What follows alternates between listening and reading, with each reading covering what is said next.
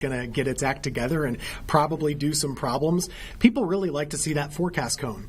And by the books, they couldn't issue the forecast cone if there wasn't a tropical system officially. And so now we can do that. Now, you better have really good certainty to put a cone out. So most of the times when they do that, it almost always becomes a actual tropical storm. So in this case, with the one out there, that critter out in the middle of the ocean, it's probably, it's not near any land, so there's no reason to do it. And plus, the certainty is going down a little bit, too. But I think it's a good idea. I will say, just to editorialize a little bit, I hate the name PTC, Potential Tropical Cyclone. It drives me a little mad. I don't think that's easy for anybody to understand. But potential tropical storm, a future system, maybe we could do better. But it's in a good place, or good intended, I should say. It is. So my opinion, I don't know, and again, you're right, this is like us going a little bit off. I think it should say tropical system, because technically it is in the tropics, and it's a system. So if it's a system that never forms, that doesn't necessarily mean that it's wrong, but I completely agree with you. Also, Tim, I'm sure you've had the same thing. We don't normally refer to storms as a tropical cyclone here in the United States, in the Atlantic Basin, because we have specific names for a tropical storm versus hurricane. But there's other parts of the world that refer to any system as a tropical cyclone, because essentially a tropical cyclone is anything that spins that meets that criteria. So a tropical cyclone is a tropical storm, tropical hurricane, whatever. So people, who live in other parts of the world refer to everything as a tropical cyclone. So then people here in the U.S., I think sometimes think it's like a dramatic term or something like that, but it's just like an all-encompassing term. So I think it's good to remind people. Yeah, and actually, if you really want to get into the cyclone weeds, we consider all low-pressure systems to be cyclones. That's just the way that it is. You can have a cyclone. You can have an anticyclone, which is high pressure, but low pressure systems are by definition cyclonic, and that's kind of what we call them. It can be a nor'easter, it can be a low pressure system, or it can be a PTC. But thanks, Dad, for the question and for watching. That's good. Keep texting us. Yeah, keep texting us questions. Yeah, cyclone rotates counterclockwise. That's how I remembered it in school. See. Well, Tim, so you're one of those good students. Yes. It's just you gotta think of the small things to remember things.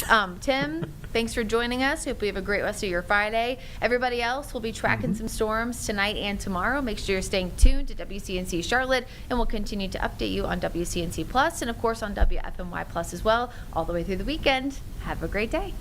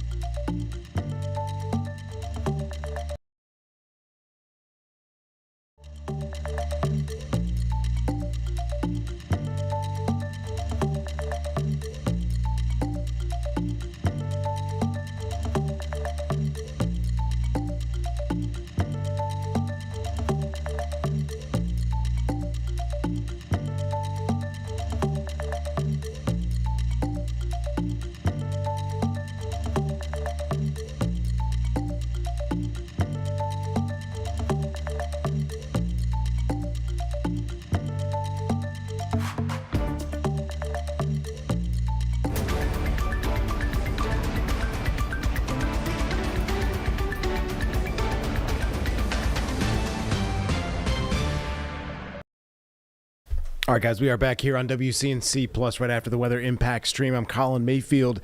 Going to start with President Trump declaring a rebrand of the Department of Defense, which is now the Department of War. He also makes a number of comments about Venezuela.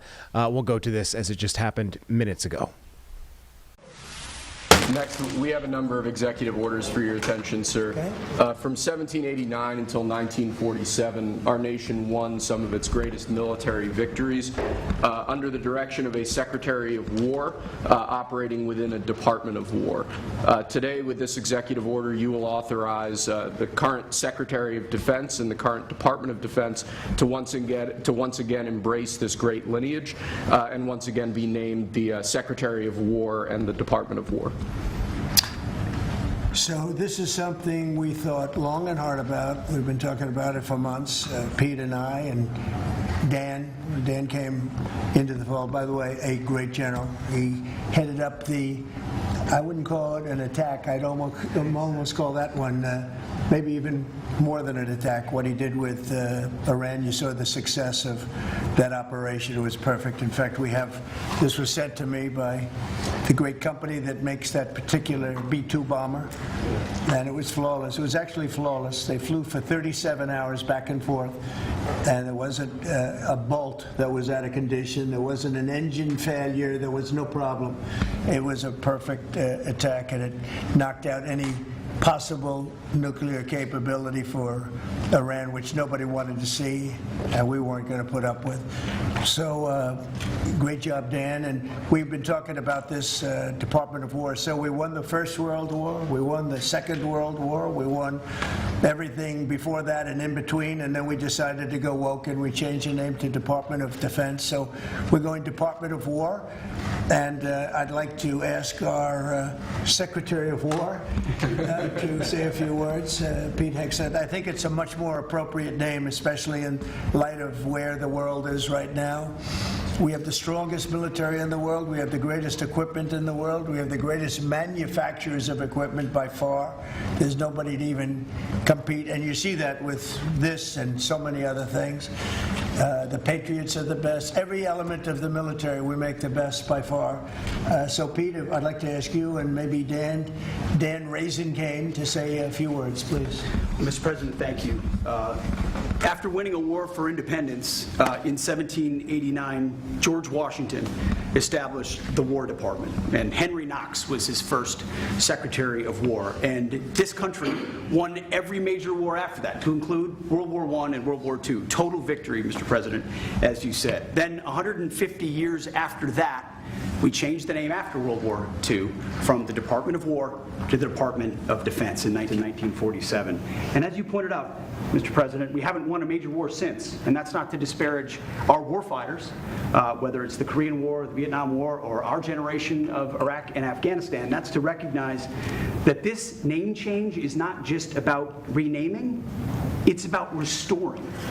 Words matter. It's restoring, as you've guided us to, Mr. President, restoring the warrior ethos, restoring victory and clarity as an end state, restoring intentionality to the use of force. So, at your direction, Mr. President, the War Department is going to fight decisively, not endless conflicts. It's going to fight to win, not to lose. We're going to go on offense, not just on defense. Maximum lethality, not tepid legality. Violent effect, not politically correct. We're going to raise up warriors, not just defenders. So this War Department, Mr. President, just like America, is back. Thank you for your leadership and your clarity. We're going to set the tone for this country. America first, peace through strength, brought to you by the War Department. We're back. Thank you very much. Very well stated, and really it has to do with winning. We should have won every war. We could have won every war, but we really chose to be very politically correct or wokey, and we just fight forever. And then we'd, win, lose. We wouldn't lose, really. We just fight to sort of tie. We never wanted to win wars that every one of them we would have won easily with just a couple of little changes or a couple of little edicts. I was told that ISIS would take 5 years to win, and Dan Kane when I told him how long would it take, he said, I think about 4 weeks, sir. I said, what do you mean 4 weeks? I was told 5 years by the people in Washington. You know who they were? 5 years. I said, you can't do it in 4 weeks. I actually flew to Iraq to meet with him, and I met him at a big air base, and remember that famous day, right? It turned out to be a famous day for our country because you're now the head of the Joint Chiefs of Staff, which is the biggest deal. And he is, because he did things that everybody said he couldn't do. So they said it was going to be 5 years, and he knocked them out in about 4 weeks total, 100%. We took over, and ISIS was gone, and pretty amazing. But we never fought to win, and now if we have to fight at all, you know, we solved 7 wars. We have the one that I thought was going to be probably one of the easier ones, and that's with President Putin and Ukraine. And that turned out to be one that's a little bit more difficult, but the 7 are done. They were supposed to be much more difficult to solve. I solved every one of them, and we're going to get the other one done too. But it turned out to be a little bit more difficult than I thought. And it'll get done, or they'll be held to pay. But because they're losing 6 to 7, it used to be 5. I used to tell you 5. Now it's almost 7. I guess 7,000 people last week. 7,813 people, young soldiers, died. Russian and Ukrainian, not American soldiers. But it's a shame. And it's just, you know, they're human lives, and I want to see it stop. But General Kane's done a fantastic job. And again, defeated ISIS, which they said would take a long time. And it didn't take a long time at all, and did other things that people said really couldn't happen. We have the greatest equipment in the world. We have the greatest soldiers in the world. Dan, say a few words, please. Yes, sir. Thank you, Mr. President. It's a true honor for me today to represent the incredible men and women of America's Joint Force. Today and every day, the 2.8 million service men and women stand ready to fulfill our sacred duty to protect America at home and abroad. As the President said, America's military is the single most powerful fighting force in the world. The mission you and the Secretary have given us is clear and unambiguous: to deliver peace through overwhelming strength. And I remind everyone that the U.S. military can reach any adversary at the time and place of our choosing. Service to this nation is an incredible gift, and we're grateful and honored every day to do so. Thank you, Mr. President. Well, thank you, and it's an honor to sign this. And we will do that right now.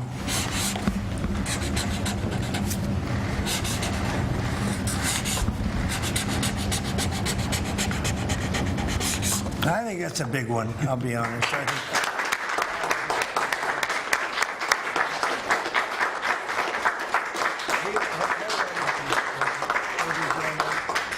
That's a big one. It's a big one, Mr. President. Do you have any questions on this subject? We're going to be discussing the G20 in a couple of minutes, but yes, please. No, right there. What gave you the idea for this rebrand? And a question for you, the newly minted Secretary of War. What message does this send to our enemies, to our allies, to the American people? And again, what gave you the idea for this rebrand at this moment? I think it sends a message of victory. I think it sends really a message of strength. We're very strong. We're much stronger than anyone would really understand. And again, you know, having the great equipment, we have just so much better. You look at all of the, just any of it, submarines as an example. We're 20 years ahead of anyone else. Nobody even compares. And I let a lot of this happen in my first term. You know, we totally rebuilt our military. And then, of course, you had that catastrophe in Afghanistan where they gave up a lot of the equipment, but a relatively small amount, but a lot. It was a lot in Afghanistan. I think it was the most, General, I'd say it was the most embarrassing day in the history of our country, the way that happened, the way they went to the wrong airport. They should have gone to Bagram, not the local little airport with no security with tight quarters, etc. You know what happened. I think it was the most embarrassing moment in the history of our country, frankly. That was under the Biden administration. That was terrible. And we were going to be leaving, but we were leaving with strength and dignity. We were going to keep Bagram, because Bagram's 1 hour away from where China makes its nuclear weapons. We're going to have that all to ourselves, a big, beautiful place built many years ago from money that today would be the equivalent of, many, many billions of dollars. You couldn't build it. The longest runways, the most powerful runways in terms of load capacity, and we just walked away from it. So stupid. And they were fools. The people were fools. No, we have the strongest military, and I think that indicates we have the strongest military. And we had it, and we won World War I, we won World War II, we won everything before, and as I said, we won everything in between. And we were very strong, but we never fought to win. We just didn't fight to win. We didn't lose anything, but we didn't fight to win. We could have won every one of those wars quickly, but they went a route that I think was probably politically correct, but not correct for our nation. So I think the Department of War sends a signal. Yeah, please. Mr. You alluded to this a little while ago. You said that this renaming is a good reflection of where the world is at right now. How do you square naming it the Department of War when you've been pursuing peace in so many different parts of the world? Well, I think I've gotten peace because of the fact that we're strong. If we weren't strong, those 7 deals I told you about, the 7 wars, a majority of them wouldn't have happened. They happened for 2 reasons: trade and our strength. Those are the 2 reasons. And probably strength may be more important than trade. So if I was very proud of all those wars. Those were wars that could not be settled, and I settled all of them. And we'll get the other one settled also. That'll get settled.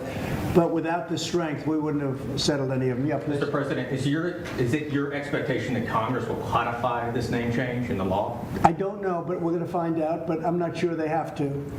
We're signing an executive order today, but we're going to find out. We're going to see. If they do, we're going with it, and we're going with it very strongly.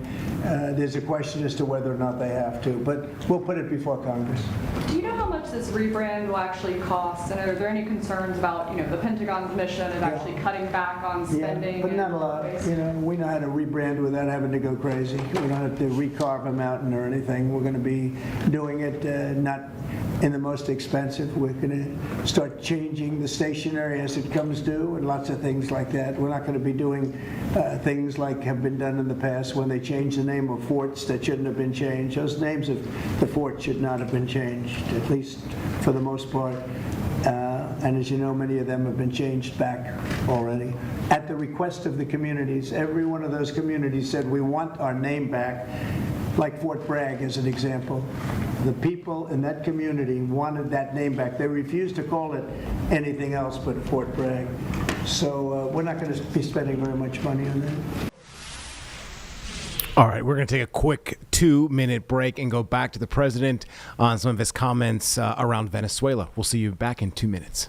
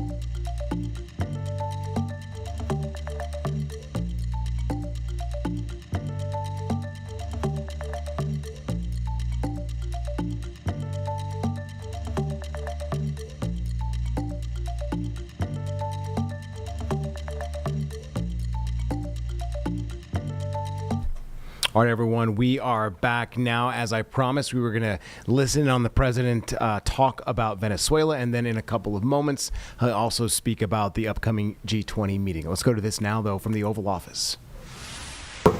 On Pete, on recruitment. I was down at Fort Benning, the newly properly renamed Fort Benning, yesterday, watching Army basic training, and they're so full they can't barely handle the throughput.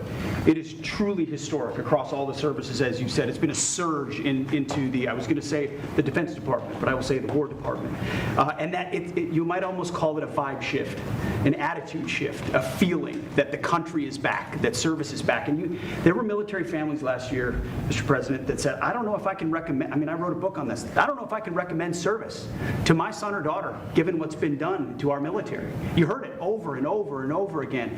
And I hear from those same military families right now, sir, and they're saying, I recommend to my kids that they go into this department, this Pentagon, under this commander-in-chief, who they know you'll have their back, and they want to serve. So it is historic, and it's the biggest reflection of how motivated Americans are by your leadership, sir. You know, really, it's nothing more than spirit, love for the country. I guess the esprit de corps, as they say, you have more of that than we've had maybe ever, frankly. But to see it turn over a period of less than a year, I would say, but to see it turn, nobody wanted to go into the military. Now everybody wants to go into the military. Jennifer, you wanted? Yeah, there's some new reporting on North Korea and this Navy SEAL incident in 2019. Can you say if the administration has engaged with North Korea on that incident since it happened recently? Yeah. And then can you share some recollections? I don't know anything about it, no. I'd have to, I could look, but I know nothing about it. Can you confirm that it happened? I don't know anything about it. Okay. I'm hearing it now for the first time. Okay, great. And then on the Hyundai incident in Georgia with the arrest of some workers, construction workers at the plant, have you heard any feedback from Hyundai? From I just heard about that a little while before the news conference, and I would say that they were illegal aliens, and ICE was just doing its job. But I know nothing about the instance. It happened a little while ago. Okay? There has been some pushback on that, though, from South Korea already, and of course, they pledged to invest $150 billion in the U.S. when they were just here, last week. Are you concerned at all? They have the right to sell cars and things in our country. It's not like a one-sided deal. Are you concerned at all about, your immigration agenda potentially clashing with these economic goals? Well, we want to get along with other countries, and we want to have a great, stable workforce.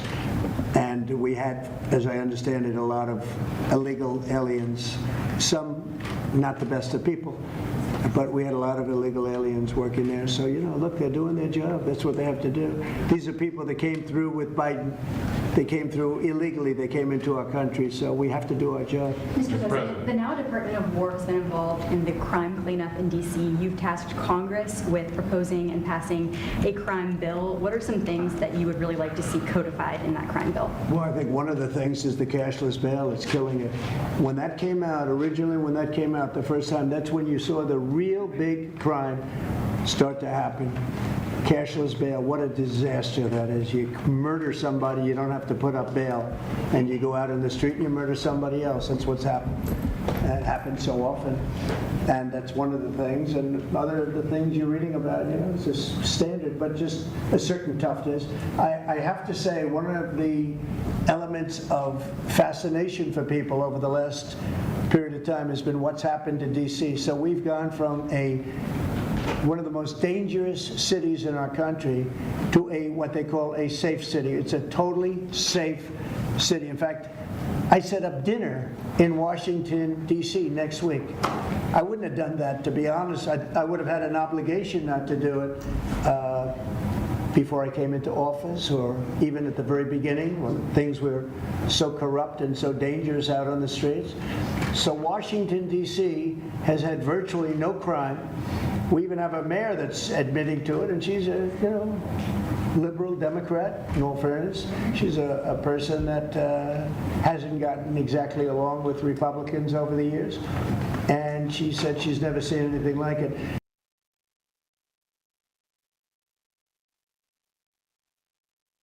It's gone from the most unsafe city in the United States, almost, just about, to one of the safest cities, maybe the safest city in the United States. That's a tremendous compliment to our military, what we did. The National Guard's done a fantastic job. Yeah, please. Mr. President, can I ask about Florida real quick? Florida House Speaker Daniel Perez was at the White House yesterday as part of a leadership summit. Yes. We understand you met with him separately. Mr. President, what did you two talk about? And also, did you explore him running for Florida Attorney General?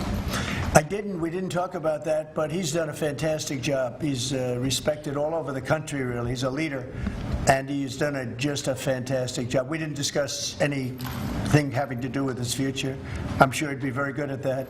My second question, Alligator Alcatraz, sticking with Florida, a major ruling appeals court blocked a federal judge's order to close it and it can remain open for now. Your reaction? I think they've done a fantastic job in building it, the governor and everybody else that's been involved. It's an incredible facility. It's housing people for usually a very short period of time before they get brought back to their countries. As you know, we focus on criminals before we focus on anybody else, and we're taking thousands and thousands of criminals out every month out of our country, some of them murderers. And I think Florida's done a great job by building it, and whether it's Alligator, Alcatraz, or anything else you want to call it. I was there. I visited with the governor, with other people. I guess Nikki was there. Tom Homan's been there a lot. A lot of people have been there. It's an amazing facility for what it is. It's not a hotel. It's not supposed to be a hotel, but they've done a great job with it. And I'm very happy with the judge's decision. You also mentioned Venezuela. I want to ask one more follow-up question on that. On the U.S. strike on a vote tied to the Venezuelan drug cartel, the Maduro regime is pushing back today. In fact, they say the U.S. seeks regime change through military threat. Your reaction to those words? And also, would you like to see regime change? Well, we're not talking about that, but we are talking about the fact that you had an election which was a very strange election, to put it mildly. I'm being very nice when I say that. I can only say that billions of dollars of drugs are pouring into our country from Venezuela. The prisons of Venezuela have been opened up to our country. They've taken their prisoners, the worst prisoners, murderers, Tren de Aragua. The worst prisoners that you can ever imagine are now happily living in the United States of America. Now, many of them we've gotten out. It's not easy to get them out because of the liberal system that we're working with in many cases, not in all cases, but millions and millions of dollars and billions of dollars of drugs are pouring out of Venezuela and other countries. Look, China, what they're doing with fentanyl is a terrible thing. It comes through Canada and it comes through Mexico, but a lot of it's coming through Venezuela. Venezuela's been a very bad actor, and we understand that. And when you look at that boat, you see the bags of whatever it is there. Those bags you know what those bags represent? Hundreds of thousands of dead people in the United States. That's what they represent. Yeah, please. Mr. President, your reaction to the jobs report this morning? Well, I'm going to talk about that in a minute. We have our great people here, so I'll talk that in a minute. Let's talk about this. We'll give a couple of because these two people want to get to work on the Department of War, so let's keep them first. Mr. President, the DOJ is reportedly considering a ban on transgender people owning guns after the Minneapolis shooting. Do you think they Are we talking in the military? In general. Okay, I thought you were talking about in the military. I'll refer to that then differently. Because it's not a military question, I'll be able to pass on that very nicely unless you'd like to talk about it. Now, Pete doesn't want any part of that question. Yes, please. Mr. President, who do you blame for losing India to China? In your post earlier today in the morning, you did put that out. I don't think we have. I've been very disappointed that India would be buying so much oil, as you know, from Russia. And I let them know that. We put a very big tariff on India, 50% tariff, very high tariff. I get along very well with Modi, as you know. He's great. He was here a couple of months ago. In fact, we went to the Rose Garden, and the grass was so soaking wet. It was such a terrible place to have a news conference. I said, well, let's use a beautiful white stone emblematic of the White House, okay? And it's been very well received. But we had a news conference in the on the grass. That was my last news conference I had on the grass because everybody sunk in. You probably sunk in. Every reporter out there, they ruined their shoes. We made that change. It's been a really well-received change. Yeah, please go ahead. On Venezuela, you've said F-35s out of Puerto Rico. You've said naval vessels into the Caribbean.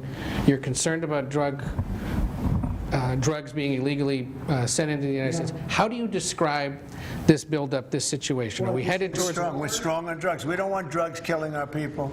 I believe we lost 300,000. You know, they always say 95, 100,000. I believe they've been saying that for 20 years. I believe we lost 300,000 people last year. I know families that lost their son. Those families will never be the same. I know a family lost a daughter, a beautiful daughter. In fact, it was like she took something that she thought was like a minor deal, and it turned out to be riddled out with fentanyl, the size of the head of a pin, and you're dead.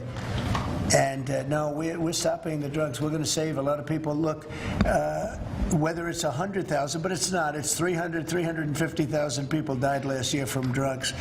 And we're not going to let that happen to this country. Think of that. Think if you're in a war and you lose 300,000. We'll lose 600,000 in the, pretty much between Gettysburg and all of that, the Civil War, we lost, what, 600,000. So we're losing half of that every year to drugs. We're not going to do it. We're not going to allow it to happen. You think of the wars. If we lost 600,000 people in a war, but we lose that every 2 years, more than that. So it's 300 to 350,000 people. And when I see boats coming in, like loaded up the other day with all sorts of drugs, probably fentanyl mostly, but all sorts of drugs, and we're going to take them out. And if people want to have fun going on the high seas or the low seas, they're going to be in trouble. I will tell you, boat traffic is substantially down in the area that happened. And they called it the runway. It's a runway to the United States. And boat traffic is very substantially down on the runway. You can imagine why. I think anybody that saw that is going to say, I'll take a pass. I don't even know about fishermen. They may say, I'm not getting on the boat. I'm not going to take a chance. What happens if Venezuela flies jets over U.S. naval vessels again? Well, I would say they're going to be in trouble. We'll let them know about that. We heard that happen, but it wasn't really over. Not like they described. But I would say, General, if they do that, you have a choice of doing anything you want, okay? If they fly in a dangerous position, I would say that you can, you or your captains can make the decision as to what they want to do. All right? Sure. Sir, how close did they get, Mr. President? You said they didn't go over. Say it. How close did they get? You said the planes did not. Well, I'll talk about that. But if they do put us in a dangerous position, they'll be shut down. Thank you very much, everybody. So we're going to now cover the G20, and I'm going to let these people go back to the Department of War and figure out how to maintain peace. Okay? Thank you. All right, before we hit the president's comments on the G20, we do want to take a quick break, and we will come back to the Oval Office to listen to those comments. See you back in 2 minutes.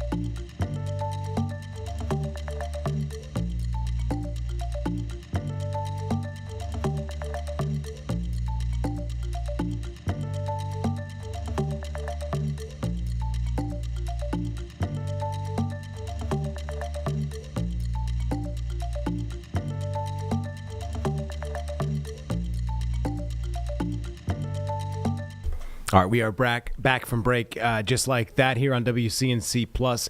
We're going to go back to the president. Obviously, you heard him say he had some things to discuss on G20, the meeting which will happen, it sounds like, here in the United States. We'll let him tell you more. Thank you very much. We're going to talk now about the G20. I figured we could wrap 2 or 3 up. The last time I took a day off, everybody said bad things happened to me. You know that, Sept? I took 1 day off. I didn't take it off. I was working. In fact, I was here. But I didn't do a news conference, and they said bad things happened to the president. That's why they're fake news, Mr. President. It's fake news. You know, if you look, Biden, he had a press conference. He missed it for about a year, right? About a year. And I never saw any stories like that about him. He didn't have, and when he had one, they'd ask him, what flavor ice cream do you like? He'd say vanilla. How many times have they asked him that question? It's what's your favorite ice cream, sir? Vanilla. Okay, that's enough. Thank you, ladies and gentlemen. They don't have to go through this, but we all have a good time. I only do it for one reason. I think it's good for the country. And we are very transparent. There's never been transparency like we have.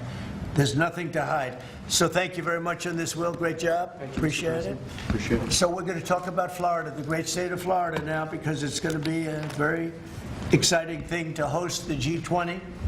And as we celebrate our nation's 250th anniversary next year, the United States will have the honor of hosting exactly that, the G20 summit right here in America for the first time in nearly 20 years. This afternoon, I'm thrilled to announce that the 2026 G20 conference, which will be, I could read off the countries that we're talking about, but you know who they are, I think. Does anybody want me to list them specifically? Jennifer, you're okay? Okay, but will be held in one of our country's greatest cities, beautiful Miami, Florida, where we have the mayor with us, Mayor Suarez.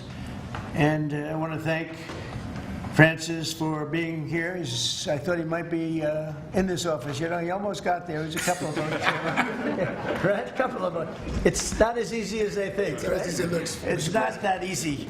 But he's an amazing guy, very popular in Florida. The agenda for next year's summit is being organized by Treasury Secretary Scott Bessent, who is right here. Hi, Scott. I saw him standing over there, nice, tall, good-looking guy, but he moved very quickly. Carolyn, you did a good job. Does Caroline do a good job, would you say? Is she a star? How do you compare her with the last administration's person? No? You don't want to get into that? Yeah, I think we're very happy with Caroline. But Scott Bessent is talking about a good job. He's done a fantastic job, and we're very proud of him. He's very much involved with the G20. And the NEC director, Kevin Hassett, who's truly a talented guy, and he's certainly being thought of to go to a different position, and we'll find out about that pretty soon. I don't know. Would you like to be there? I won't ask you that. I think, who wouldn't want it? I think it's a position in the world. You know, you come out, you make a speech, and then you go away for 30 days or 40 days, and you come out, make another speech. The market goes up or down depending on what you want to say. I've never seen an easier position than that. Unfortunately, you need good instincts, so we have somebody in there now that doesn't have them. We call them too late. But it will focus on unleashing economic prosperity by eliminating the burdensome regulations, unlocking affordable energy, and pioneering new technologies. And it's going to be very important. The United States is already leading by example, and America is the hottest country anywhere on earth. We have more being built under construction now than they think anybody that they've ever seen. I mean, literally, some of these places are just really unbelievable what they're building, the size. You know, if you spent $50 million on a shopping center someplace, that's a big building, pretty big building.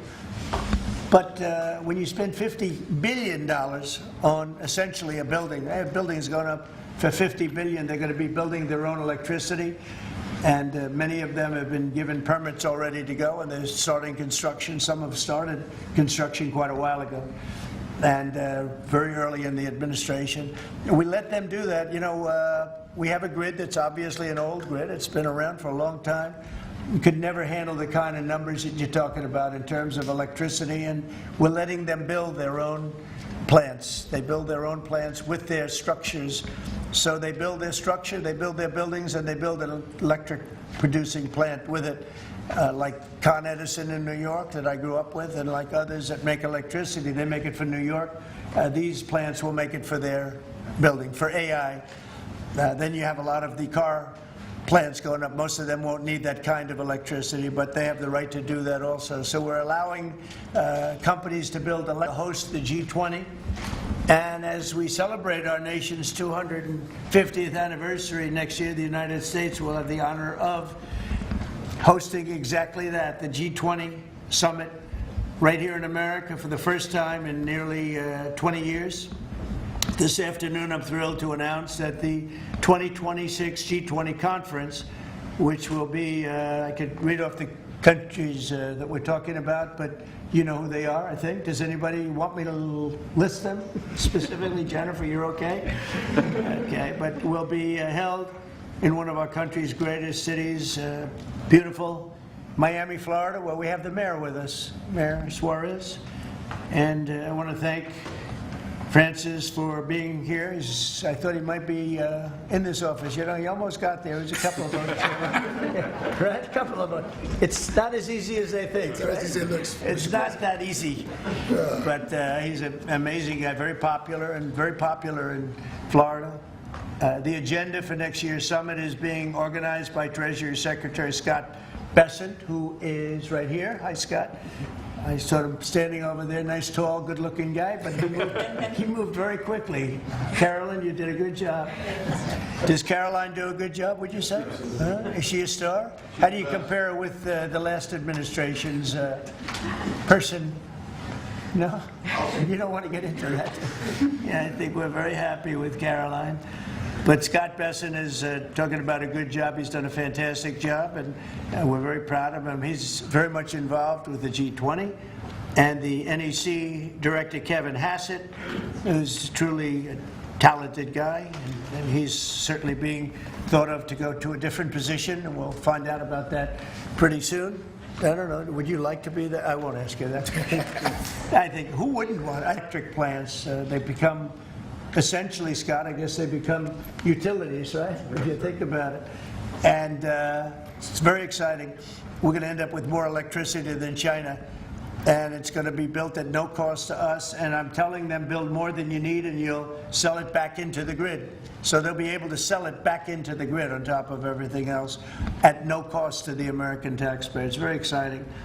And frankly, if we didn't do that, we wouldn't be leading with AI. We wouldn't be probably even doing any AI. It would be 20 years to get an approval. So they're building massive amounts of electricity as we speak. We've eliminated $5 trillion worth of federal regulations, another big thing since I took office. And if you remember the first term, we took out more regulation than any other president in history times. You could add the top 4, and they wouldn't come anywhere close to what we were. That's one of the reasons we had such the most successful 4 years of any president economically, and this is blowing it away. I think this will blow it away. When these plants start to even getting close to opening, I think you're going to see numbers that we've not seen before.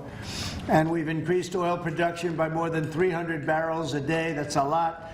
Blue-collar wages are rising at the fastest rate in 60 years, and trillions of dollars of investment is pouring into the USA. It's going to be over $17 trillion very shortly, and nobody ever thought a thing like that was possible. What made it possible were, number one, they were happy with November 5th. They were happy with the election. And number two, the tariffs are bringing countries in. I mean, it's so vital to our country. It's before the courts now, and I hope we're going to do very well. We had 4 great opinions just come out, as you know, from judges. In a couple of cases, there were Obama-appointed judges that felt they had to do what was right for the country. So I respect that greatly. I respect them for doing it. But we have very strong opinions, and it'll end up going to the Supreme Court.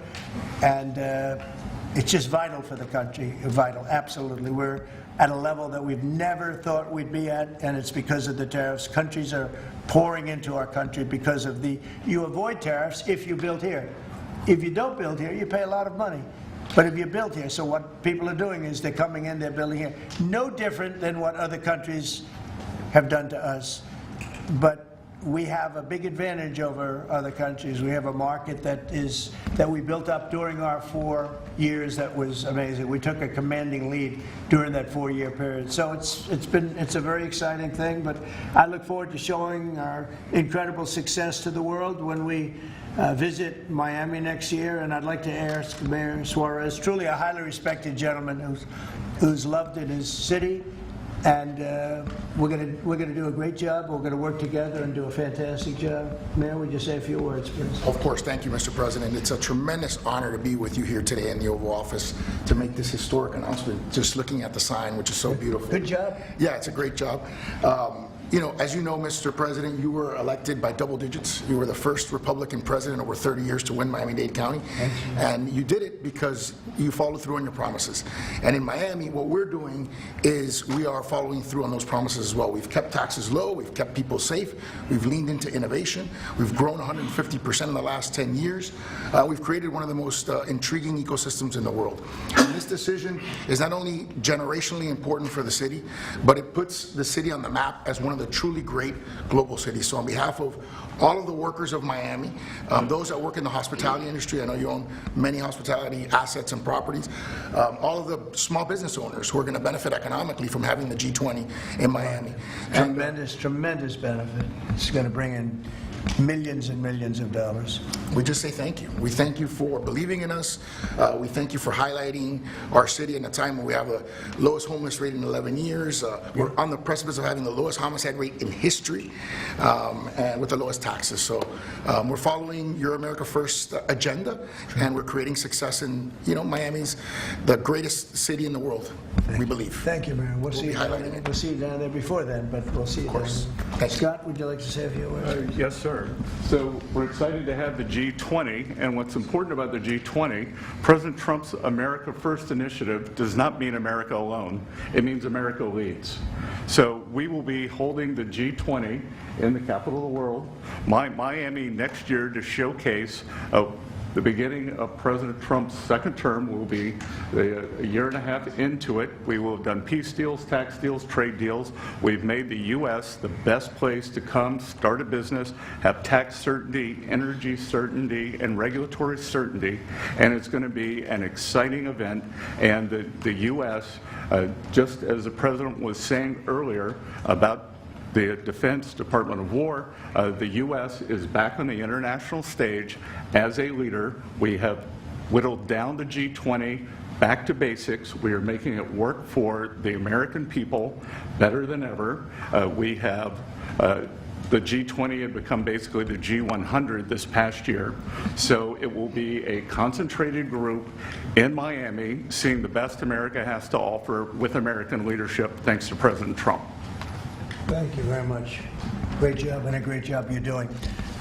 Kevin, would you like to say a few words? Mr. President, I think this G20 meeting, where the world leaders will come to the great city of Miami, is going to be viewed as one of the most important meetings in global history, because what's going to happen is the golden age is going to be documented so well in the data by next summer that you're going to have one of the best speeches written for you that you've ever seen, because we're just going to be talking about the accomplishments of the next year. I think so. A lot of these plants are going to be open by then. Yeah, exactly. And a lot of jobs are coming in, like I think we've never seen before. It's going to be great.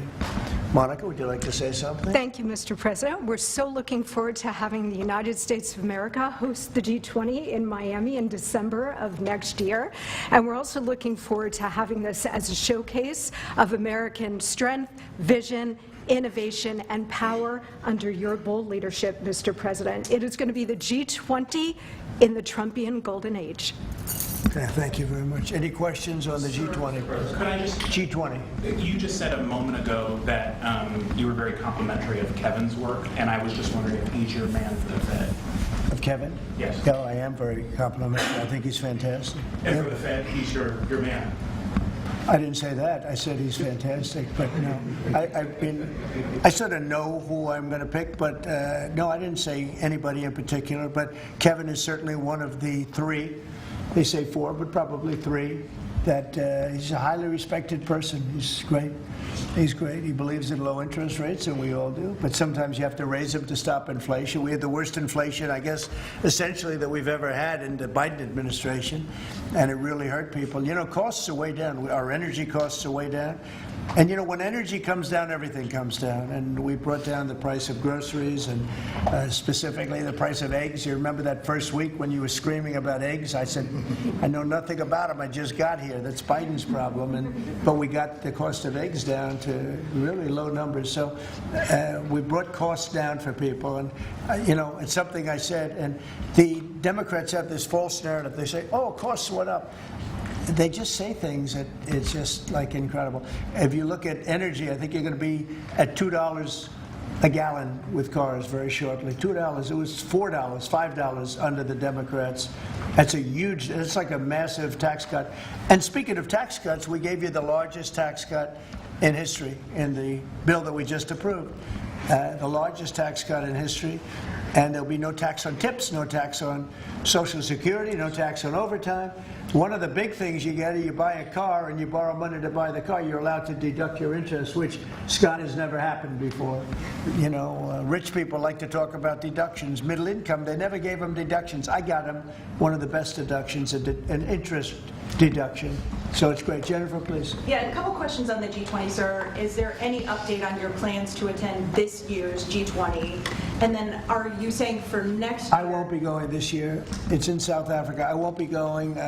JD will be going, great vice president, and he looks forward to it. But no, I won't be going to that. And then on the guest for 2026, are you saying it'll just be exclusively the 19 countries, the 2 blocks? There won't be any? No, we're going to invite other countries as observers. They call them observers, but they'll have something to say. But we're going to invite Poland. Already I've issued them an invitation. They're great. They were just here, as you know. Great leader, great new leader. One of the big surprises, I was so happy I endorsed him actually, and he won.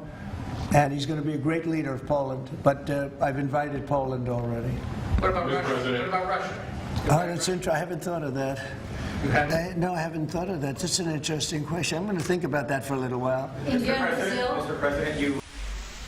All right, folks, we're going to take a quick 2-minute break. But after a break, we're going to come back and speak or hear from Eric Adams, the former mayor, who sounds like he is gearing up to run for a re-election campaign for mayor of New York City. We'll go to a 2-minute break and be back right after this.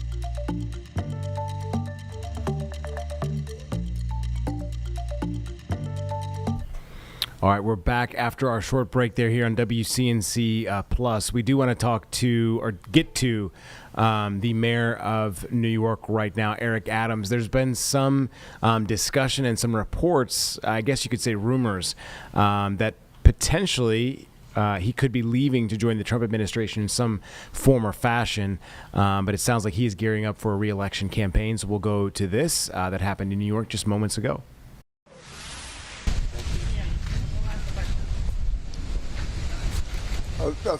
First of all, thanks for coming out. And to New Yorkers, I want to speak directly to you. There has been so much speculation, communications, announcements of what I'm doing, no matter what I've stated over and over again publicly. So I want to be clear with you. Andrew Cuomo is a snake and a liar. I am in this race, and I'm the only one that can beat Mandani. Andrew has had a career of pushing black candidates out of races. You've heard me say it over again. Carl McCall, Charlie King, David Patterson. This is his career that must stop with me.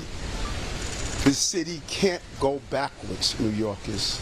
This is a city that I inherited, where crime was out of control, COVID, no one wanted to be on our subway system. We watched what happened in housing. The reason people are having these conversations is because I made this city safe. I committed myself and dedicated myself to a city that I love. And I'm going to continue to do that. This polo shirt that I'm wearing that says Eric Adams, Mayor of the City of New York, I'm going to wear that for another 4 years. We can't go backwards.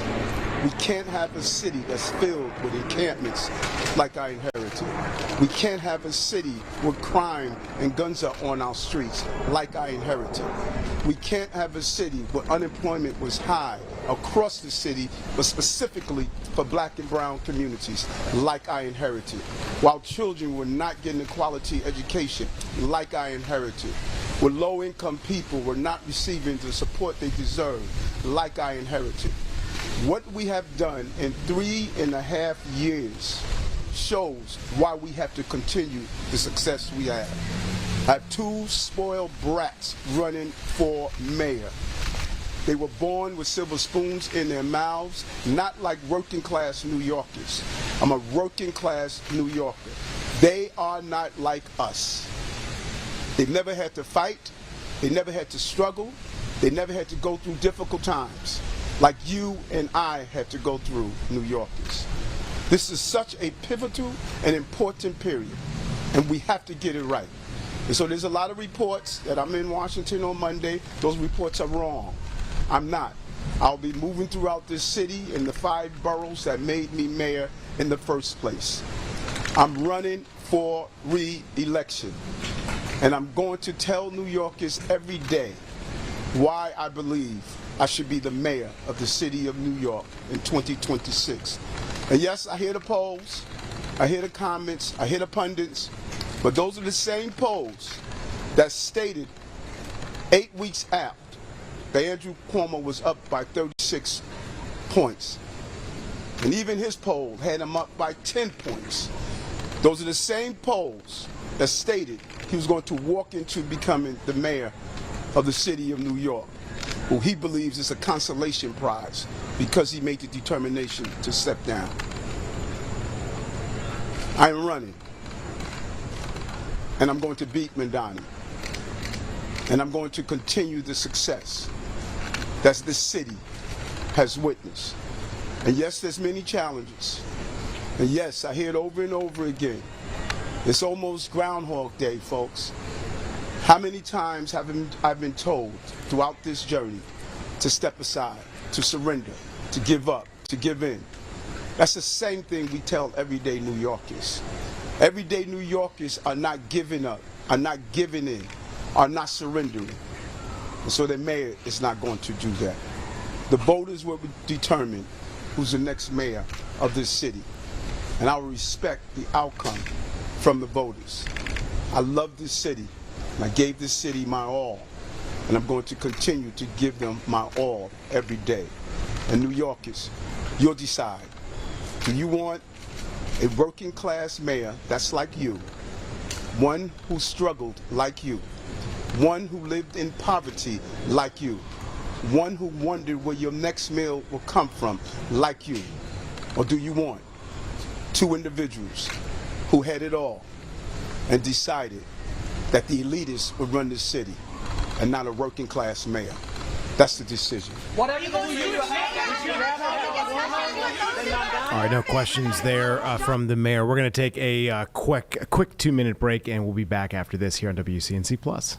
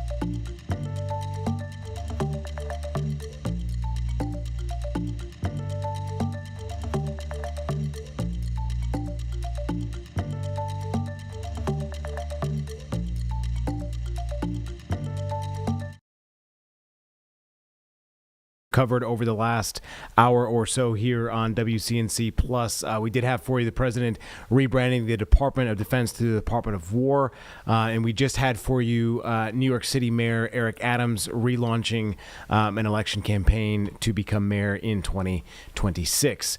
We do have a weather update from our team of meteorologists, specifically Brittany Van Voorhees, so we'll give you this right now.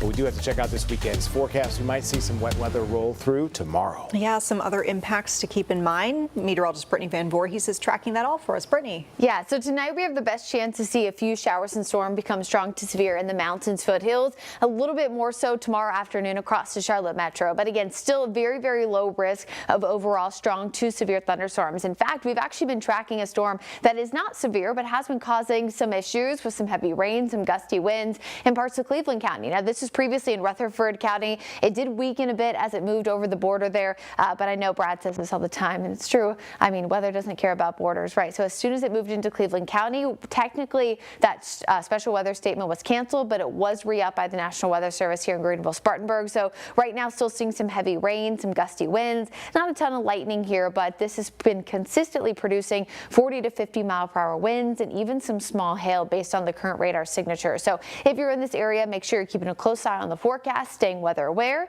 and if you can safely do so, of course, we would always take a picture or video so that we can share your picture or video with the NWS, and of course, just let our viewers know what's happening where you are.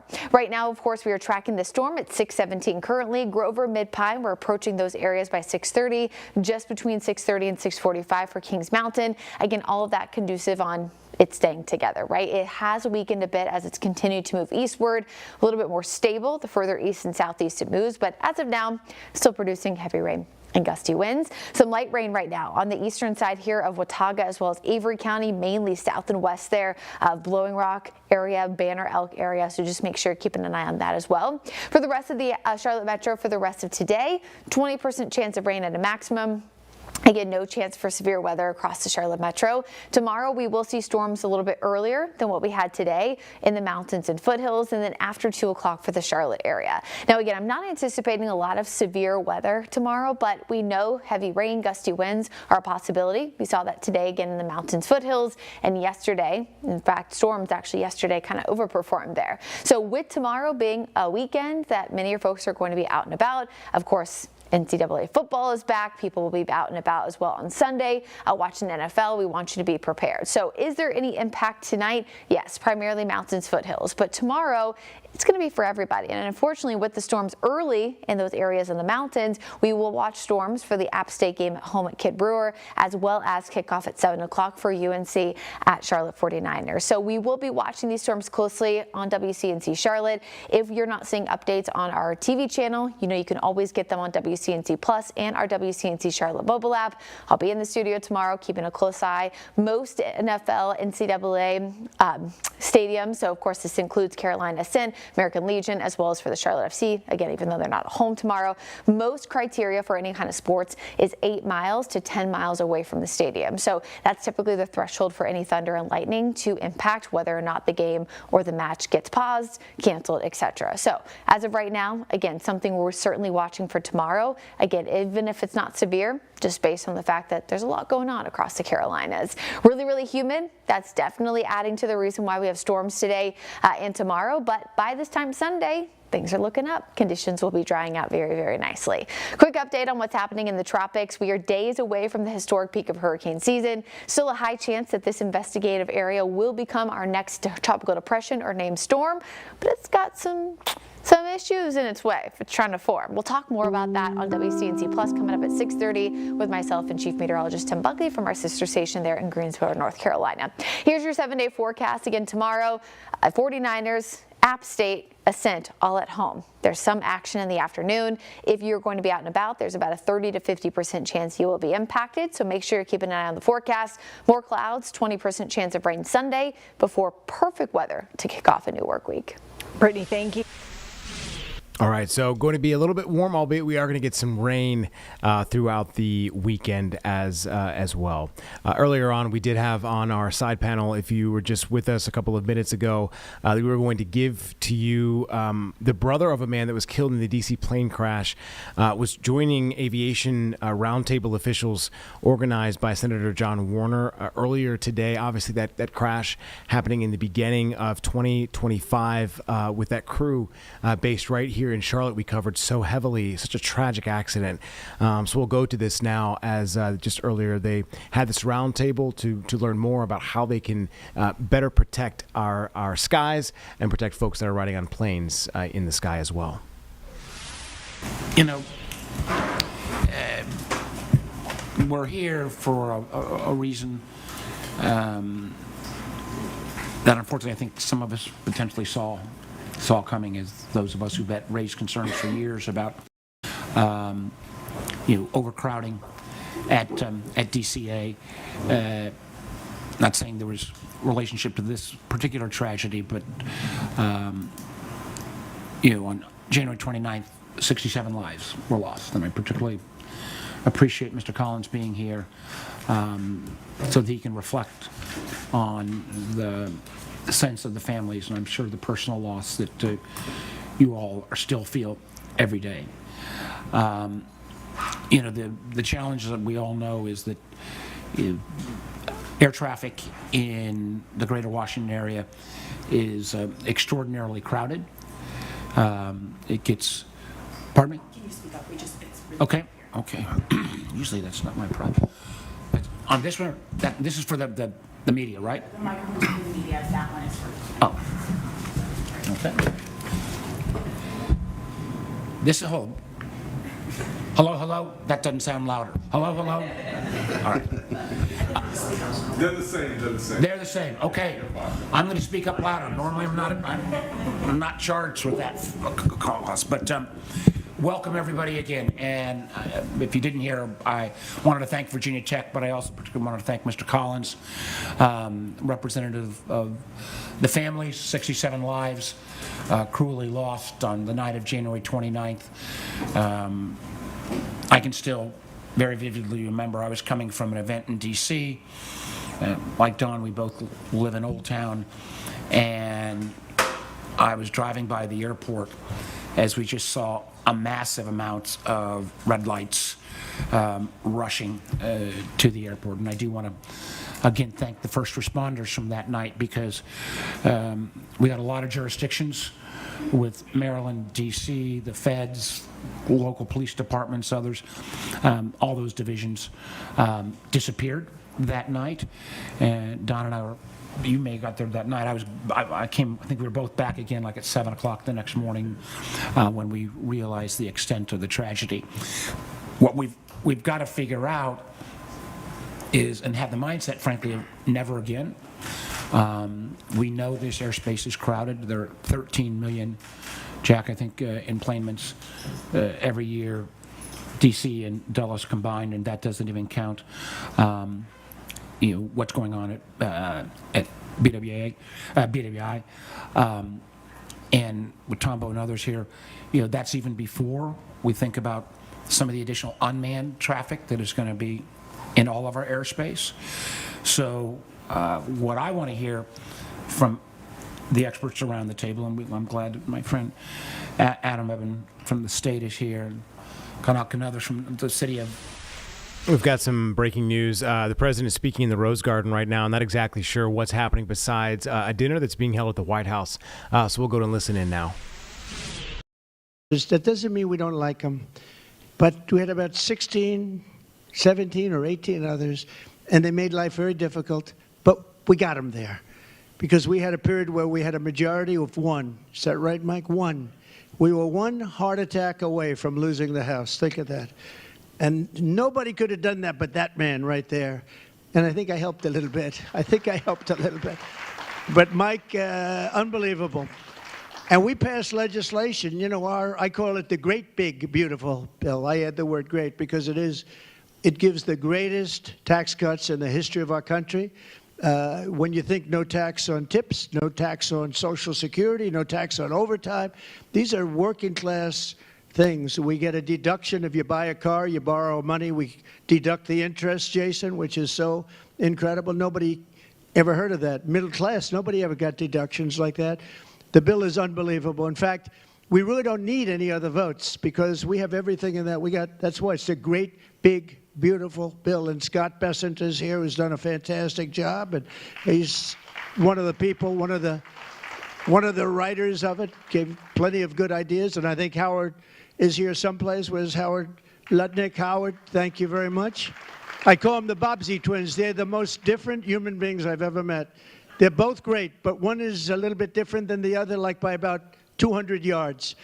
And they're fantastic, and they get along great. But the administration has been amazing. And what we've done has not been done. A lot of people, even the people that are not necessarily lovers of President Trump, and some of them are right there in the fake news, but they said that nobody's done what we've done in 7 months, a little more than 7 months.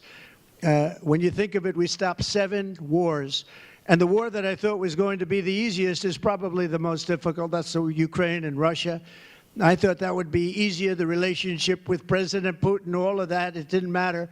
It's ended up being probably the most difficult. But we stopped wars.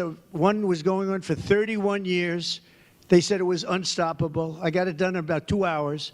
Another one, 35 years, and another one, 37 years. And we got them all done. But we got 7 of them done. We ended up stopping the potential nuclear disaster in Iran with, I think, one of the greatest military trips ever taken. Nobody's ever seen anything like it. We flew the B-2 bomber. They flew for 36 hours. Not a single mishap, not a single problem. And those pilots were great. I invited them to the Oval Office a month ago, and they came in handsome. They looked just like Tom Cruise. They looked just like, I'm telling you, they were great. They were, every one of them, and they were looking forward to that mission. I said, did you really want to go? They said, sir, we've been waiting for 22 years. They said, for 22 years, their predecessors have been practicing 3 to 4 times a year that mission, because they knew someday they had to take it out. And they said, no other president had the courage to let us go, sir, and you did. I said, were you happy or unhappy about that? And they could not have been happier. They loved it. They were so disappointed. Handsome. They looked just like Tom Cruise. They looked just like, I'm telling you, they were great. They were, every one of them, and they were looking forward to that mission. I said, did you really want to go?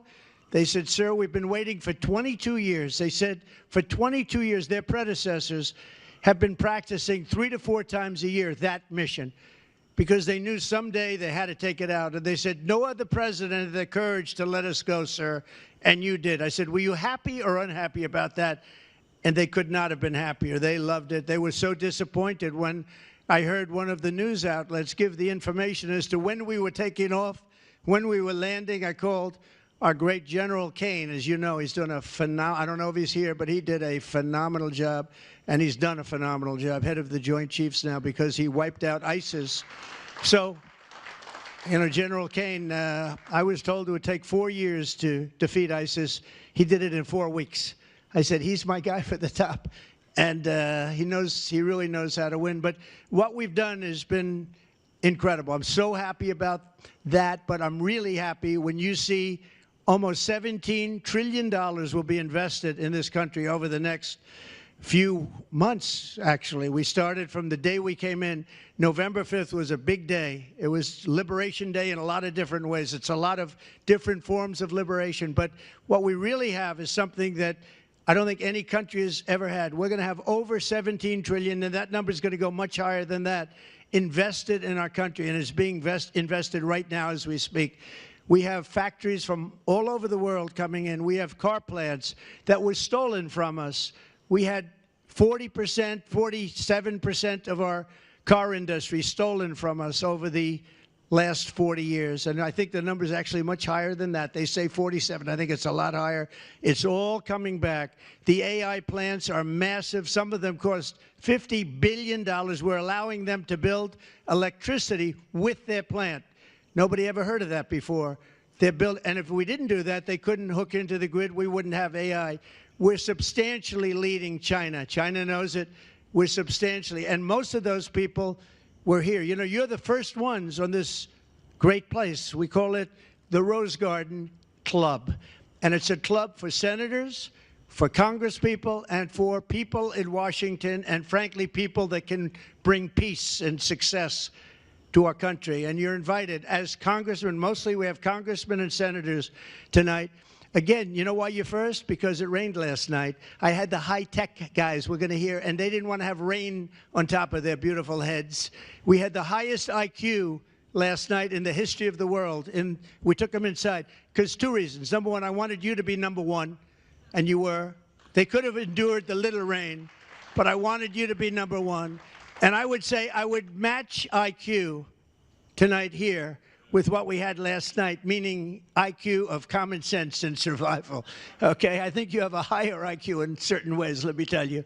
But we had a great group last night, and they're investing tens of billions. They're investing trillions of dollars. Some of the companies are investing literally trillions of dollars in this great country of ours. So we've turned it around to a level. We were given a very bad hand. We had 25 million people allowed to come into our country, come in from mental institutions, prisons from all over the world, emptied their prisons out into this country, drug dealers, drug addicts. We have everything. They were allowed to come in, murderers. 11,788 murderers, 50% of whom killed more than one person during their life. They were allowed to come into our country by the Democrats and by Sleepy Joe. And that was a thing. Now, they had the worst inflation in history. We've got the inflation down, but inflation is nothing compared to what I just told you. To allow 25, I believe the real number is 25 million people into this country, many of whom should never have been allowed into this country. And we're doing a great job in getting them out. And we're getting them out by the thousands every month, every week in some cases. And one example is right over here, Washington, D.C. It was the most unsafe city anywhere in the country, our capital. And after 12 days, it became known as a safe city. And then after 2 more days, it's now one of the safest cities in the country, and people are going out to dinner. They're walking down the middle of the street. Women are walking by themselves alone, and they feel totally safe. And if you leave here right now, and if you walk back to wherever you happen to stay, you're going to feel totally secure, totally safe. We've done an incredible job, and we'll be doing that with other cities throughout the country. I mean, when you look at Chicago, we have a governor that says that things are okay with crime, except that last weekend, 11 people were killed and 68 people were wounded by gunshot. The week before, 5 people were killed, 28 people were wounded. The week before, 6 people were killed, 19 people were badly wounded. Many of the wounded are going to die. And he said, oh, well, we have a safe city. These people are sick. There's something wrong with them. But we're going to make some other choices pretty soon. I watched Portland, Oregon last night. All right, we've been following this police chase, as you can see here. We've brought up, cutting away from the shot of the Rose Garden at the White House. This was some type of chase, but it's now come to an end as police seem to be putting someone in custody in Los Angeles County, California. We're going to take a 2-minute break. We'll reset ourselves here, and we'll see you on the other side.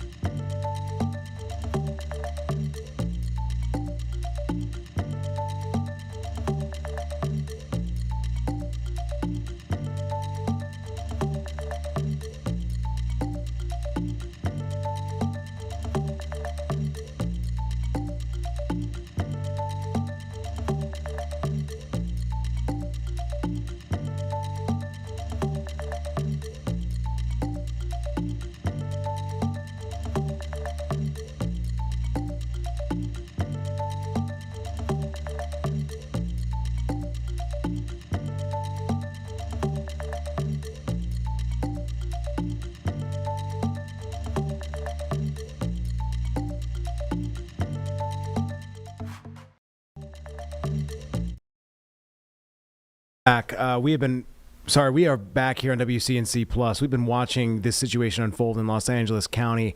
We saw a man and a woman taken in handcuffs and put into a police car there. As you can see, a number of individuals kind of waiting for police to kind of figure out what's going on. But yeah, they looking like they were going to search that vehicle and a quick end to whatever that situation was. We're going to go back to the aviation roundtable centered around the terrifying and tragic mid-air collision that killed more than 60 people back at the beginning of this year. We'll go to this now as Senator John Warner is involved. Alexander here, folks from City of Alexander, City of County of Arlington are here. What can we do? We have put on the Senate side legislation in. There's a bill that I've got with Senator Cantwell that looks at all the component parts. Senator Cruz has got another bill. I think that's frankly good in terms of different alternatives. But we've got to make sure we have the force to bring legislation to bear to become law. Part of this, this is not related to the legislation, but it does worry me with the kind of level of cuts that are being made by this administration to the federal government and to the workforce, how we're going to get the personnel in terms of FAA, air traffic controllers, and others whose really job is the front line of keeping us safe. When I get to those comments, I hope you'll speak a little bit about the ability to still recruit talent. On a separate subject, we've years building some great new veterans healthcare facilities in Virginia, one in Spotsylvania, one in Chesapeake. They're only a third staffed at this point because how many people want to go work at the VA if you're under the threat of constant firing? So how we do recruitment in terms of air traffic control and FAA is extraordinarily important. But I don't want to go on too long. I've got lots of details on the legislation that we've got involved, and Nicholas from my staff is here with a lot of great details. But with that, why don't I turn it over to my friend Don? But we'll go from me to Don to Adam, and then I'd like everybody else to go around and introduce themselves and give a short presentation on your views here, and then let's get a conversation going. Don? Senator, thank you very much. I should also acknowledge him. He is my congressman, and we do have a bit of a distinction on a slightly lighter note. I think I beat him by about 3 blocks. So many of the men and women we work with, have got to fly in and out of this airport and Dulles every week to go home, and it's one of the reasons why there may be more congressional interference on these airports. Don and I have the distinctions, and I think we actually beat Eleanor Holmes Norton, the D.C. representative. We live closer to the Capitol than all other 535 members of Congress, House, and Senate combined. So exactly. If there's no traffic at the airport, I can get home in 13 minutes. Yeah. Well, I'm so glad Secretary Hegseth let you come this morning. So, a threat to our national security.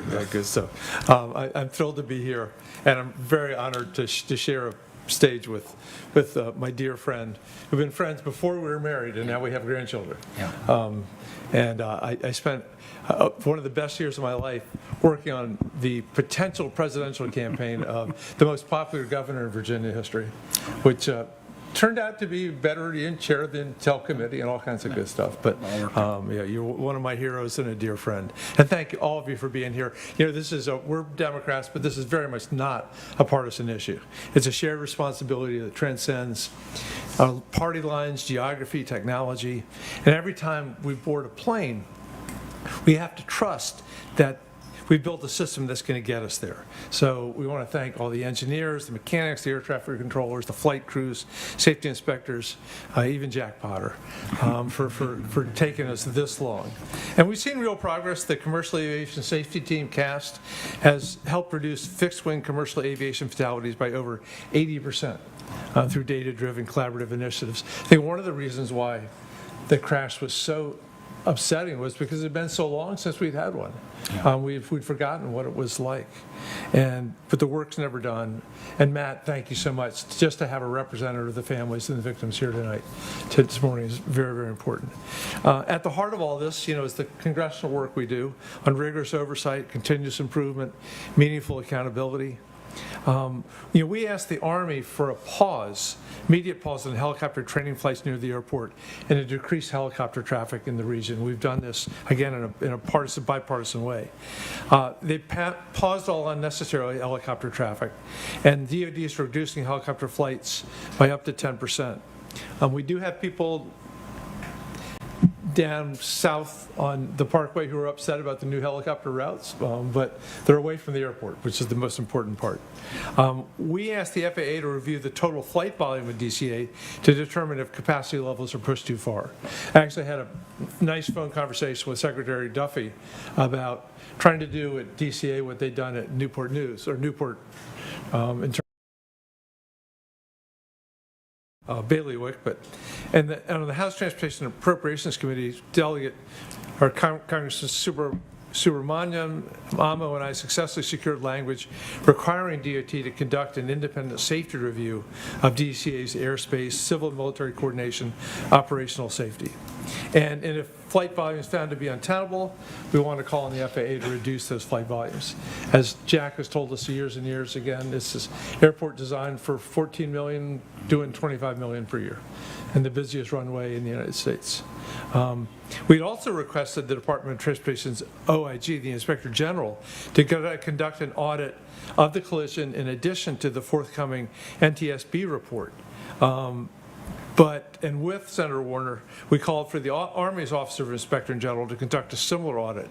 The Army IG turned us down. So last week we submitted an amendment to the NDAA for fiscal year 2026 requiring the Department of Defense's Office of Inspector General to complete this audit. The NDAA comes to the floor this week. Lots of amendments. We'll be working hard.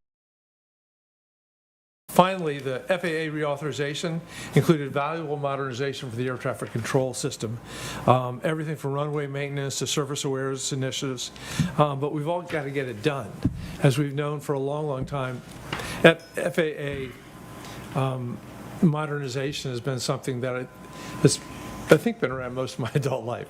There's a lot more to do and to make it happen. So we're really grateful that you're here and eager to learn from all of you. So. Adam? Thank you. Thank you, Senator Warner and Congressman Beyer, for convening us, and also not just for your work today, but for long before January being focused on flight traffic and safety, and also the work that your staffs have done on airport noise for the residents of this area. You know, safety is paramount, but that is notable that you have been calling for reforms and to flight congestion long before this tragedy occurred. This is largely a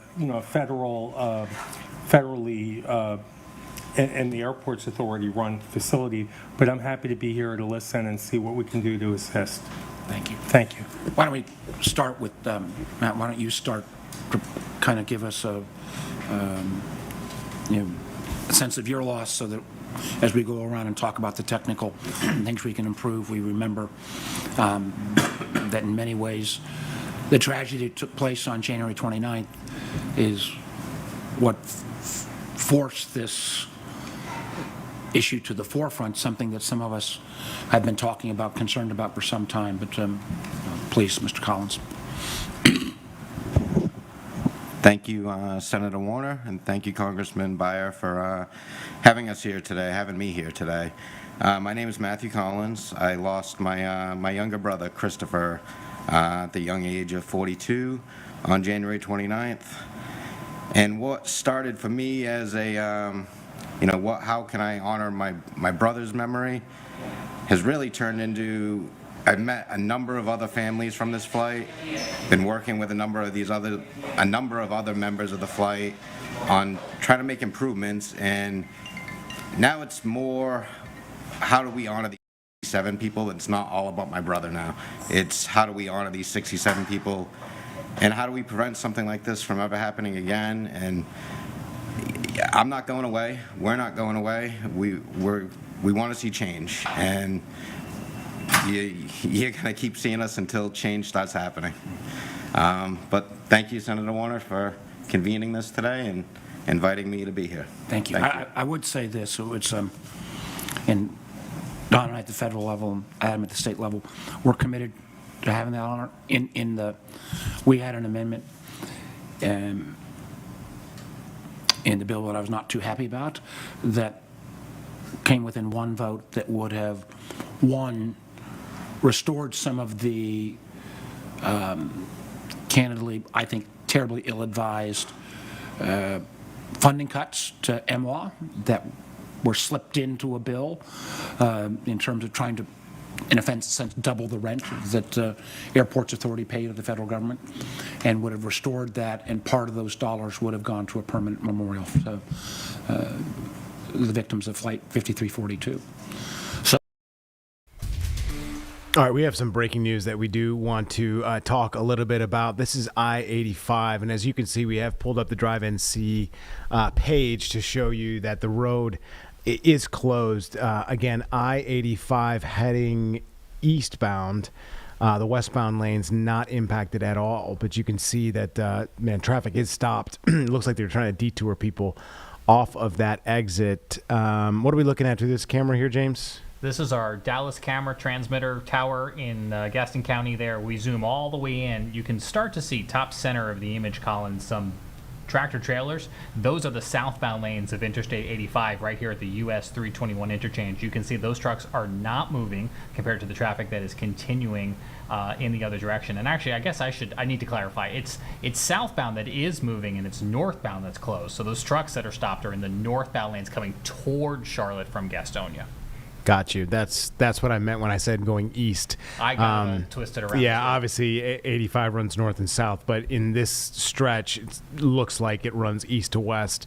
But anyway, as James was saying, just to make note that those tractor trailers, look at, they're heading towards Charlotte, so that's the northbound side. So again, this is going to impact for the considerable future. It looks like this isn't going to end until at least 10 o'clock. So we won't be on the air here on WCNC Plus. We can update you on our 11 o'clock news on WCNC to see how things are at that point. We're going to take a quick 2-minute break, and we'll be back after this.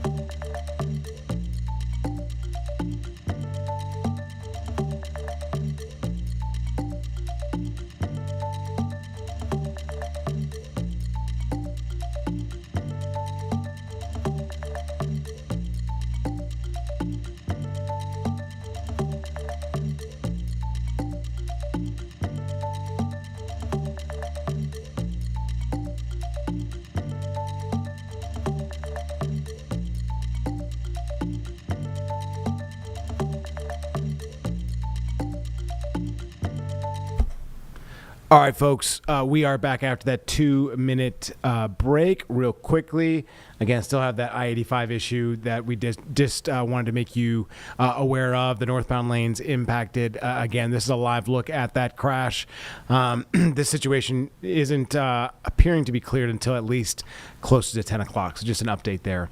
We do want to go to U.S. Attorney General Jeanine Pirro announcing the arrest of two 17-year-olds connected to a killing of a bystander back in Northwest D.C. In late June. So we'll go to this as she talks a little bit more about the arrest.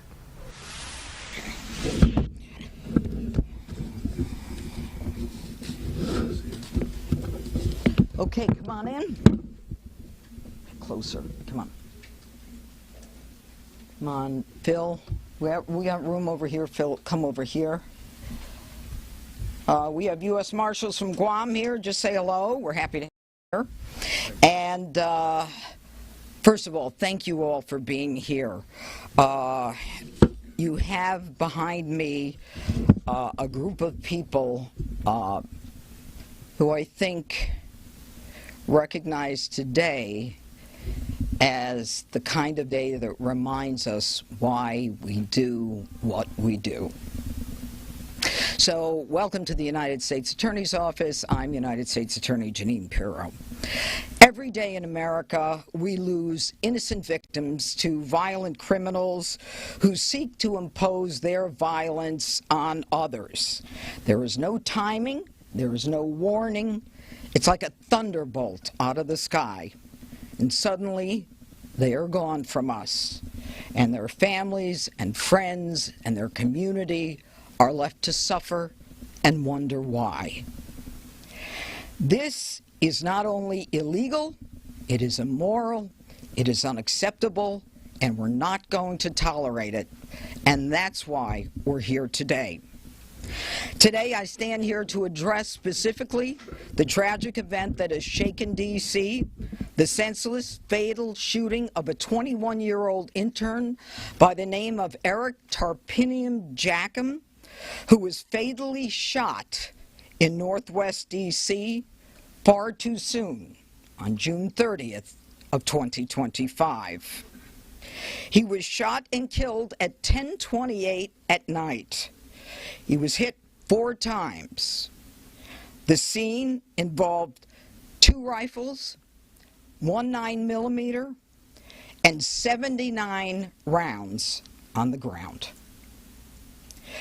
Eric was a rising senior at the University of Massachusetts Amherst. He was in the nation's capital, as many young people are, pursuing his passion for public service. He was interning for Representative Ron Estes, and he was an innocent bystander who was caught in a violent act that was not meant for him. He leaves behind his mother, Tamara, his father, Robert, his sister, Angela, and his brother, Jeremy. And his death is a stark reminder of how fragile life is and how violence too often visits us in the nation's capital. And this is why the President has vowed to make D.C. safe and beautiful. This is why the nation's the President is bringing together federal and local agencies to bring the force of the government against those who seek to destroy not only our quality of life, but our lives. And here to announce my thanks today to the Metropolitan Police Department. There are some real stars behind me who too often do not get the credit that they deserve. Right now, 2 individuals have been arrested, and this is a critical step toward justice. But our work is not done as we continue to seek a 3rd suspect in this case. Charges have been filed against 2 individuals, a 17-year-old juvenile by the name of Jalen Lucas. He's a juvenile, now charged in adult court. Another 17 years old, Kelvin Thomas Jr., another juvenile being charged in adult court, both of them charged with murder while armed under the D.C. Code 22-2101, which is murder in the 1st degree. Now, these juveniles have prior violent juvenile records in the family court. This is why, from day one, when I came here, I knew that we were missing a whole segment of criminals in D.C., in our nation's capital, because the D.C. Council thinks that these kids need to be protected. They don't need to be protected. They need to be made accountable, and we need to be protected. I am advocating and have advocated for jurisdiction over juveniles 14, 15, 16, and 17. They need to be brought into the criminal court so that we can prosecute them. Because if we do, we can prevent the murder that happened here based upon the histories of these 2 and the 3rd individual that I cannot talk about. Eric didn't deserve to be gunned down, and the system failed him. The system that felt that juveniles needed to be coddled. And it's bad enough to be gunned down on any street, but to be gunned down in our nation's capital is an outrage. This killing underscores why we need the authority to prosecute these younger kids, because they're not kids, they're criminals. They're violent criminals. We have to hold them accountable. We have to prevent them from robbing the innocents of their lives. Now I'd like to call upon the police chief, Pamela Smith. Good afternoon. Thank you, Judge Pirro. I'm pleased to be joined today by Mayor Muriel Bowser, the Mayor of Washington, D.C., and Judge Deneen Pirro, and the members of the Metropolitan Police Department and our federal partners in announcing 2 arrests in the homicide of 21-year-old Eric Tarpinian Jackham. I'm joined today by members of the Metropolitan Police Department, Assistant Chief Ramey Kyle of our Investigative Services Bureau, Commander Kevin Kentish, who leads the Criminal Investigation Division, and Detective Gabriel Truby of the Homicide Division. This morning, Judge Pirro and I had the opportunity to speak with Eric's mother, and our thoughts and prayers remain with the family, and we hope news of these 2 arrests, and a third one pending, I'm confident we'll get the third one, gives Eric's loved ones some sense of peace as they continue to grieve a tremendous loss. Eric came to our city with a bright future ahead of him, interning in a role where he served the public on Capitol Hill. He deserved an opportunity to return home safely to his family, but was senselessly taken from his loved ones. From the night of June 30th, our detectives have worked countless hours gathering evidence that ultimately identified these suspects. I want to thank Homicide Detective Truby and his colleague. We do have an update for you. Looks like a couple of lanes are moving on the northbound side here. 2 out of potentially 4 lanes could be moving, and maybe even more as we're seeing cars kind of pick up the pace on I-85 northbound near Gastonia. This has impacted traffic over the last 30 minutes or so, and actually this wasn't supposed to be clear until around 10 o'clock. So seems like those crews are getting to work quickly and very efficiently on this Friday evening. Please be aware, give them space to do their work as well. We'll be back in 2 minutes right after this break.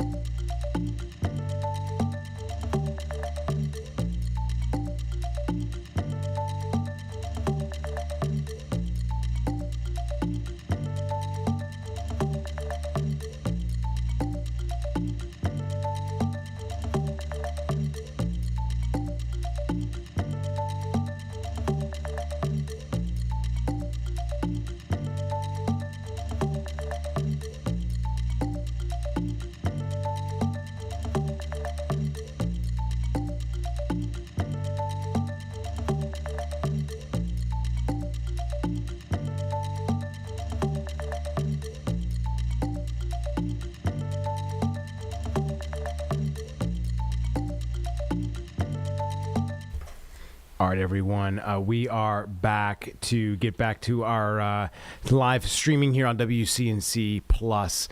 We did want to provide you with an update from doctors in Minneapolis, Minnesota, after the Annunciation Catholic Church shooting more than a week ago now at this point.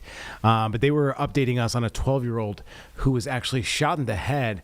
So we're going to get that update and listen to them as this update seems like very emotional, and obviously a lot of work has been done to get this young person to where they're at today. remains lodged in her right occipital lobe. We brought her into the operating room and performed what's called a decompressive craniectomy, which is basically removing the left half of her skull to give her brain room to swell.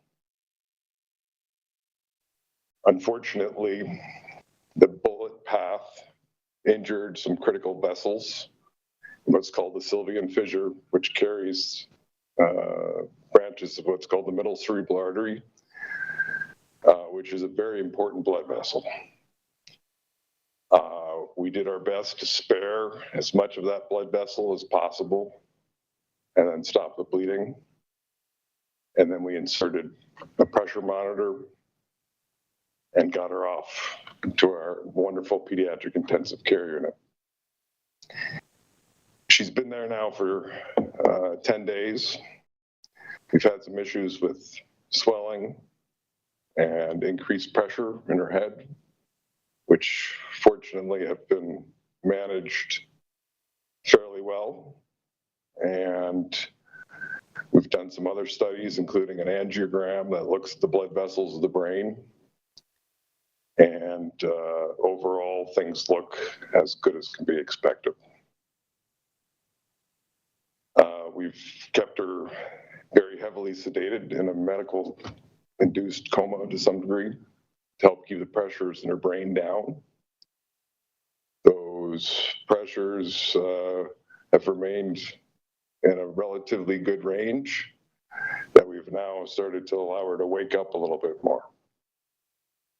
And as I mentioned, there are a few rays of hope. She's very purposeful on her left side of her body. She's got some slight movement in her right leg, and she's opening her eyes. She's no longer fixed and dilated. The pressures in her brain are okay. And hopefully they'll remain that way.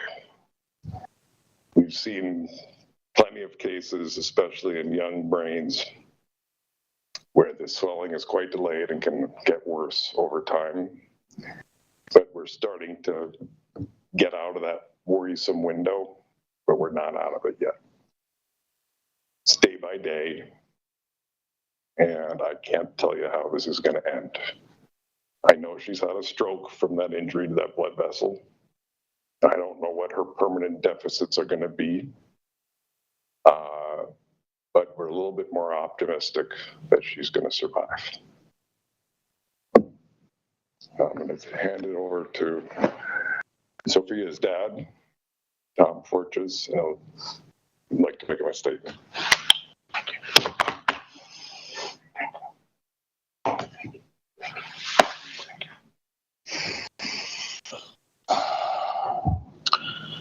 Just over 1 week ago, the world witnessed a heinous act committed by a coward to carry out such an atrocity against innocent children. Children who were praying during Mass is unfathomable. In this horrific act of violence, my daughter, my precious angel, my kuklamu Sophia, suffered a gunshot wound to the head. Sophia is kind. She is brilliant. She is full of life. She is an innocent child who was attacked while in prayer. Words cannot begin to describe the terror and heartbreak that come with learning such devastating details. These past 10 days have been the longest and hardest of our lives. I stand before you today on behalf of my family to thank every person who helped get Sophia from the pew where she lay wounded into all the way to Dr. Galicich's operating room. The speed and coordination it took to make that happen is nothing short of extraordinary. Thank you to Julie. Thank you to Sean. Thank you to Principal DeBoer. Thank you to Matt and Molly. Thank you to Jason and Ryan. And thank you to the countless officers and first responders who arrived on the scene. Your courage, your compassion, and your quick action gave Sophia a fighting chance. To Dr. Galicich, thank you. Thank you for using the talents God gave you to save our daughter. Without your skill, your precision, and your attentiveness, Sophia would not be here today. On behalf of our entire family, Dr. Glishitz, thank you. To the entire neurosurgery team under Dr. Glisich's leadership, thank you. Anyone fortunate enough to learn from him is truly blessed to have such a gifted mentor and healer. To the pediatric critical care team and all the staff in the pediatric ICU, thank you. Your dedication and attention to detail are why HCMC stands as a premier level 1 trauma center. Your care has been a lifeline for our family. The final individual I want to thank is my wife. She is the most kind-hearted, selfless, and caring human being I have ever known. Her strength is unmatched. She is my superhero. She has not left Sophia's side. She's monitoring every medication, every drip, every vital sign, and every detail involved in caring for the most critical patients, our daughter. She's truly the best mother I know. It is an honor to be her husband, and I am blessed to call her my wife. Sophia has received prayers from across the globe. It is nothing short of miraculous to know that millions of people have lifted her name in hundreds of millions of prayers. We've heard of prayers from Oslo to Johannesburg, from Sydney to Santiago, from Vietnam to Canada, from Mount Athos, Greece to Minneapolis, Minnesota. Thank you, thank you, thank you for each and every one of those prayers. Thank you to the clergy from the Orthodox Church and the Catholic Church who have led prayers around the world. Your spiritual support has carried us through the darkest days. The Fortress family extends its deepest sympathies and condolences to the Merkel and Moisky families. When I spoke to my 9-year-old son about his schoolmates who were murdered, he had these kind words to say about Harper and Fletcher. Harper? Oh, Harper is the most kind, and she's just a really nice girl. She had so many friends and is never mean to anyone. And when I told him about Fletcher, he said, Fletcher? Oh, no. He is so good at everything he does. He's friends with everyone, and he is such a good friend to all of us. May the memories of Harper Moisky and Fletcher Merkel be eternal. I want to end by imploring the world, continue to pray. Continue to pray for Sophia. Pray for peace. Pray with vigor. We need you to keep the fervor with which you are praying. And when you pray, move your feet. Moving your feet means one step at a time. It means volunteering your time. It means donating blood. It means listening to someone who's hurting. It means asking yourself, what would Jesus want me to do? And if you don't know Jesus, learn to follow him. His path will lead you back to prayer. Thank you to everyone who has helped us through this nightmare. Your courage, your compassion, and your love have carried us. Sophia is strong. Sophia is fighting. And Sophia is going to win this fight for all of humanity.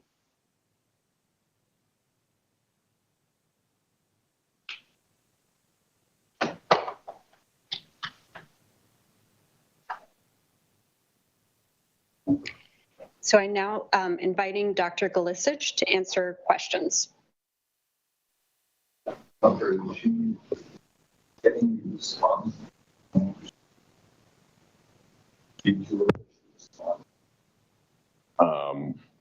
She's purposeful, so there's some level of awareness, but no, not following commands yet. But she appears to be aware of some of her surroundings. At what point will you be able to tell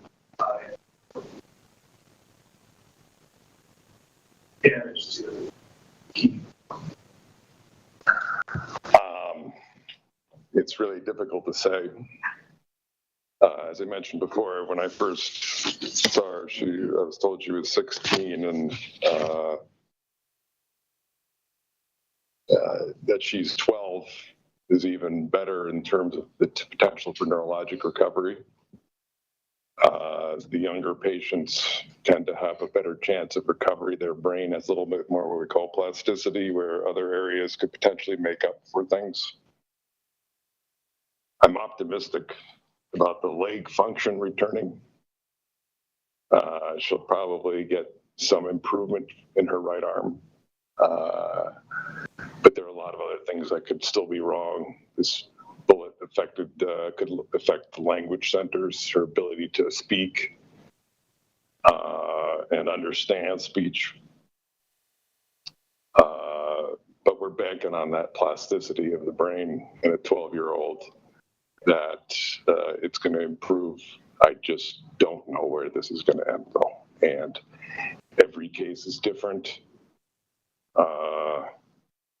But we're trending in the right direction at this point.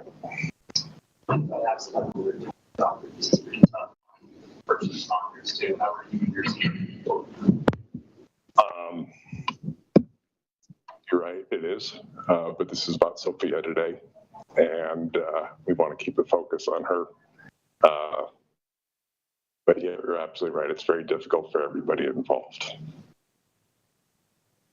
You had mentioned the bullet. Is this something that stay there? Can you remove that at some point, or how does that work? It's lodged in the right occipital lobe, which means it crossed from one hemisphere into the other. There is no benefit to taking it out at this juncture. It would not improve her recovery, and actually could be harmful to try to remove it because you'd have to go. All right, guys, going to quickly round out our coverage here on WCNC Plus at 9 o'clock. Looks like I-85 is back open in Gastonia. Just to let you know, we'll see you tonight at 11 here on WCNC as well. Appreciate your time tonight.